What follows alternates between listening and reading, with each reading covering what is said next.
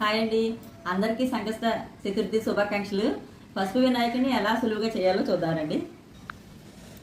అందరూ ఆకుల్లో వేసి ప్లేట్లో వేసి అలా కలుపుతారు కదా, కొంచెం శ్రమ పడినట్టు.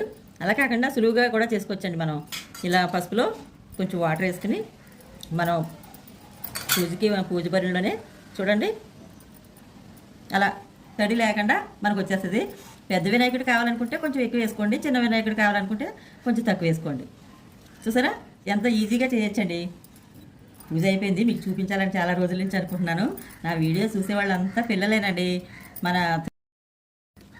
వినాయకుడిని చేస్తాను కదా, మళ్ళీ ప్రసాదం నైవేద్యం అయి పెడుతున్నాను. మహాగణాధిపతి ఏ నమః. తొలి ఏకాదశి నుంచి ఇంకా మనకు అన్ని పూజలే కదండి.